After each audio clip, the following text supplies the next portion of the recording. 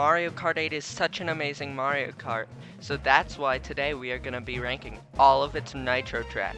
In this list, a course will be ranked based upon its theme, how creative it is, and its layout, basically how fun it is to drive on, and how many unique elements it has. Let's get to it.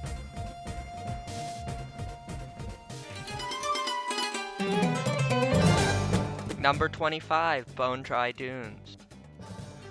Mario Kart 8 pushes Mario's graphical fidelity very far, but you might think this would limit the wacky stuff Nintendo likes to do with their Mario games, but it doesn't get in the way at all. Besides with this track. This does not feel like a Mario Kart track at all.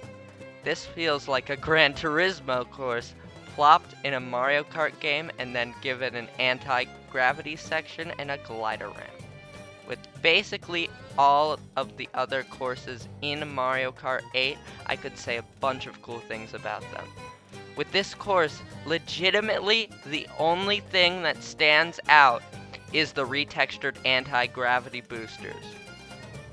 Woo! Yay! Nintendo really just hasn't figured out how to make a desert course interesting. Except Dry Ruins. That course was pretty sick. And for the last cup of this game, this gameplay sure is boring. But that's enough ranting for now. The only bad nitro course in Mario Kart 8. Moving on. Number 24, Excite Bike Arena. This track is basically a perfect recreation of NES Excite Bike. The problem is, NES Excite Bike tracks are literally just a series of triangular hills and mud pits, which doesn't make for a very exciting Mario Kart track. I think it's really cool that they made an Excite Bike track, and they did nothing wrong. But it is still just a series of hills and mud pits, so that's why it's ranked at number 24.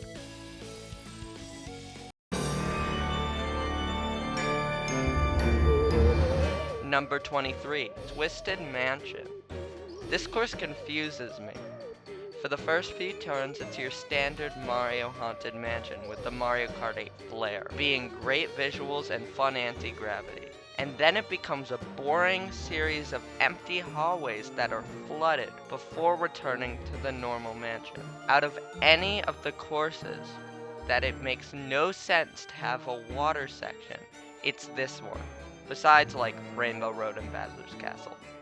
Luckily, we have never had an underwater section in a Bowser's Castle. Oh wait, what is this Mario Kart 7 Bowser's Castle? This alone knocks the track quite a few places down.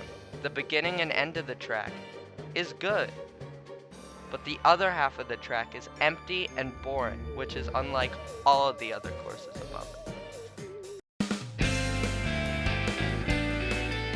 Number 22, Mario Circuit. A nausea-inducing lap around a figure eight. Definitely a shorter track that is fun to race on. Unfortunately, taking place on a physics-defying figure eight is not enough for it to live up to the other tracks in the game, because when you're playing it, you don't feel like you're on an 8. You just feel like you're dodging Goombas and Piranha Plants, which is not very unique. Number 21, Cloud Top Cruise. I've never cared for this one. I mean, it's not a bad course. It just doesn't feel very creative, even though, in concept, it sounds quite cool. Jack and the Beanstalk with airships.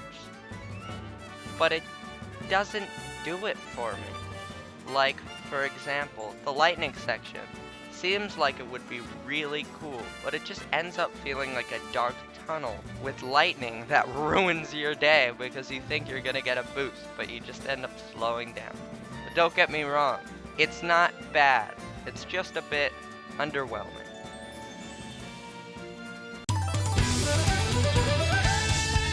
Number 20, Dragon Driftway. This course has a very cool theme. You're driving through the Gobblegut Dragon from Super Mario Galaxy 2. Turning that into a wavy, anti-gravity centric course is already cool. but also adding additional theming to the Chinese culture really grounds it in reality in a way that I can respect, while still keeping the track itself interesting. You may be wondering then why I have it so far down the list. It's because I just don't find it fun to race on.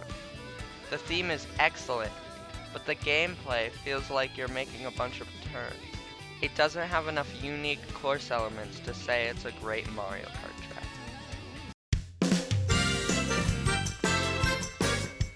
Number 19, Super Bell Subway. A Mario Kart course taking place in a subway could be very interesting. It ends up just feeling like a very nice urban subway station that doesn't at all belong in the Mushroom Kingdom, being literally just a subway. While it is technically very connected to the world of Mario, it doesn't feel that way at all. The main thing keeping it from being way down the ranking is the layout, which is very fun. Dodging the trains is surprisingly difficult, and there are plenty of adjacent paths to take you up and down alongside the train.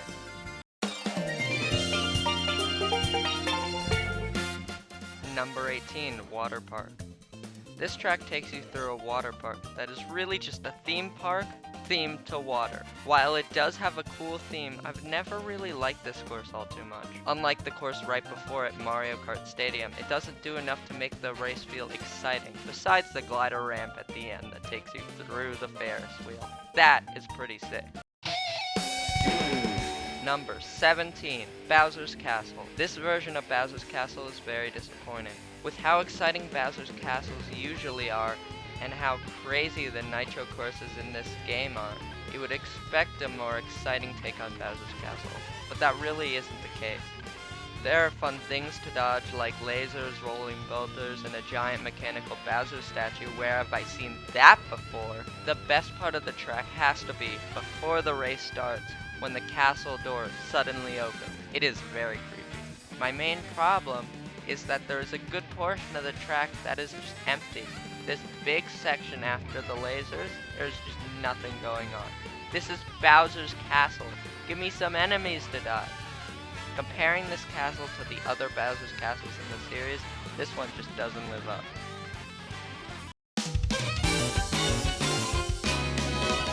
Number 16, Ice Ice Outpost. This course definitely doesn't have a very interesting theme.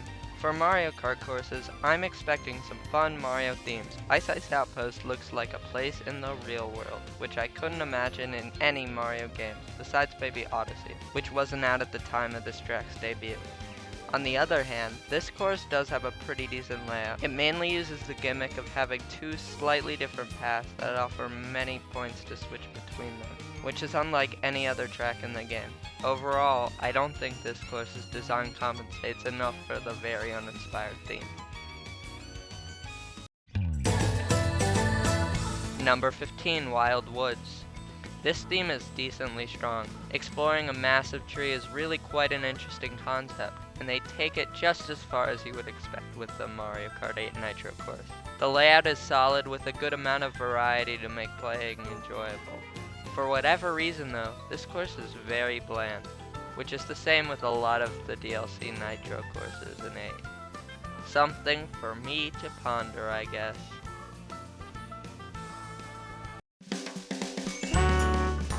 Number 14, Animal Crossing. This course's theme is lovely and perfectly encapsulates the cozy feeling that I get when I play Animal Crossing, with a really cool gimmick of different seasons which change up the track depending on which one you get. The layout, on the other hand, is very exciting, which I would hold against the track if it was themed to any other game, but Animal Crossing is supposed to be relaxed, and the track supports that fact.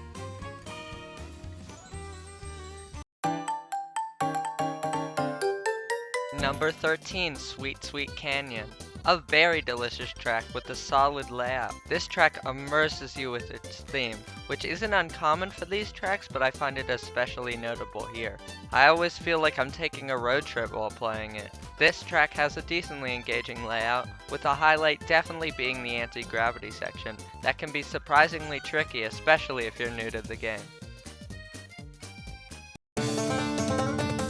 Number 12, Shy Guy Falls.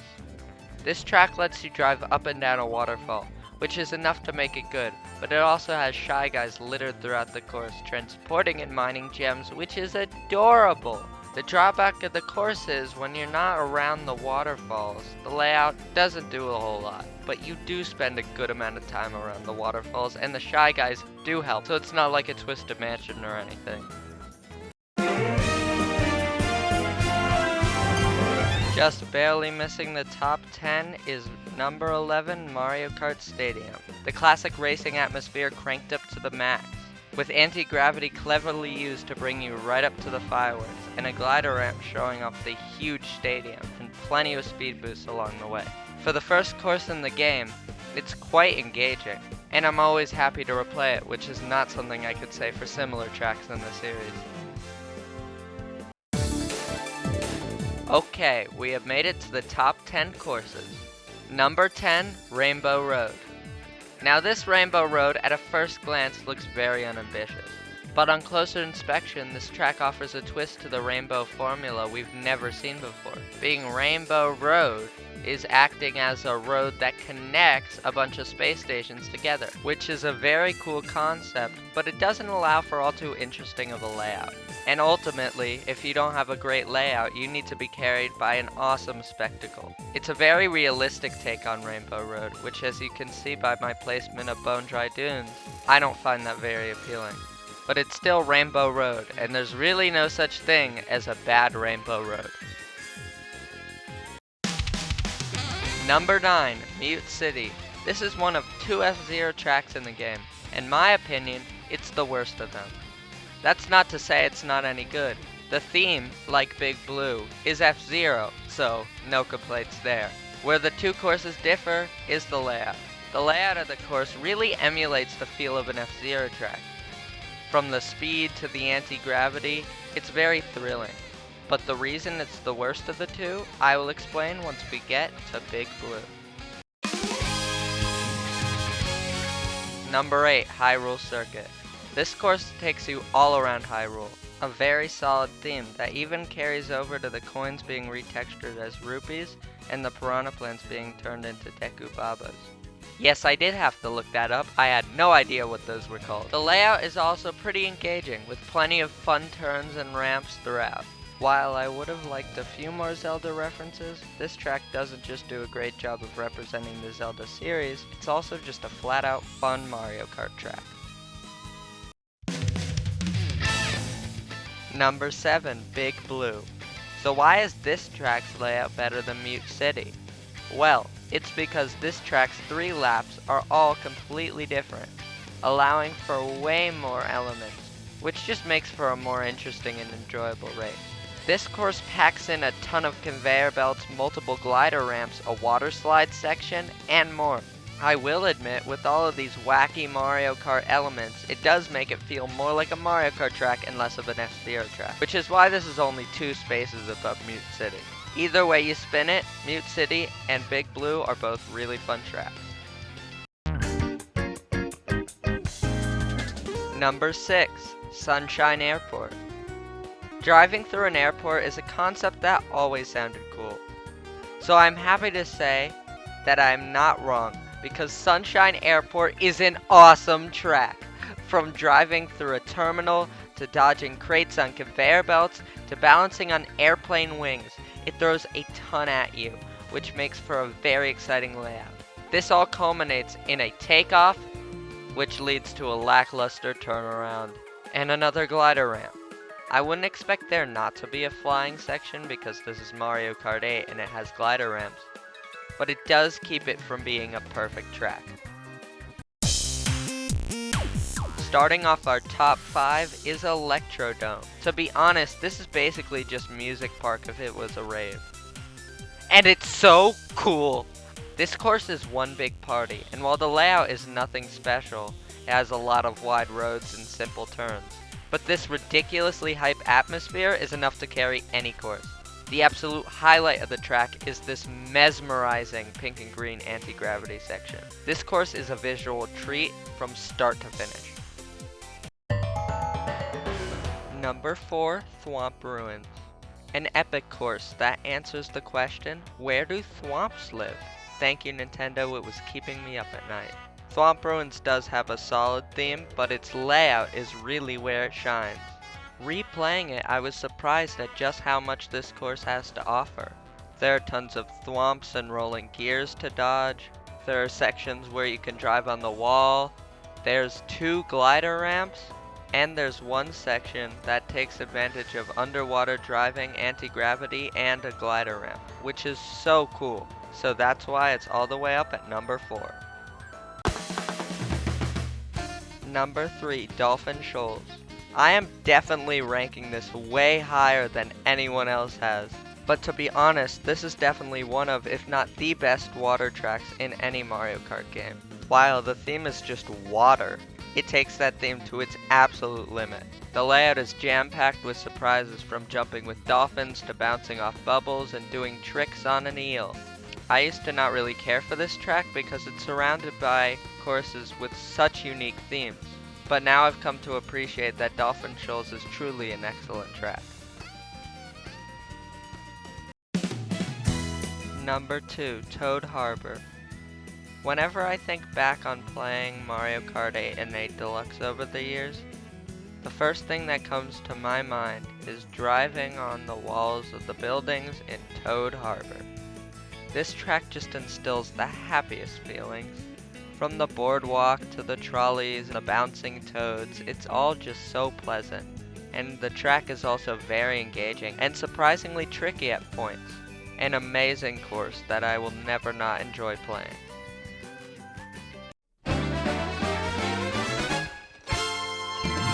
Number 1, Mount Wario. You start in a plane! Yes, Mount Wario is probably the best Mario Kart track in the whole series, so it's probably not a shocker that it tops this list. First of all, the theme. Traveling down a mountain has been an idea that has been attempted in the past 2 home console Mario Kart games. But in those games, there were no 3-lap layouts, so the journey isn't quite as epic as it could be. But in this game, we have 3 crazy laps of mountain traversal. I'm gonna try and break it down right now without losing my breath. You drop out of a plane, then you're driving down an icy road, then you're jumping and gliding around icebergs. After that, you're driving sideways on a dam with anti-gravity. Then you drive through a forest with a bunch of split paths, and there's a section with a bunch of fallen trees to do tricks off of. And then you're dodging in between ski poles under a ski lift. Then you take a nosedive down to make a ski jump and glide through some floating rings to get boosts. After landing, you take your final 2 turns into the finish. So yeah, it's a pretty good course. Okay, and after all that, I put together how well each of the cups did on the ranking. The number right here is an average of how high the courses got in the ranking. And the numbers here are where each of the individual courses in the cup ranked.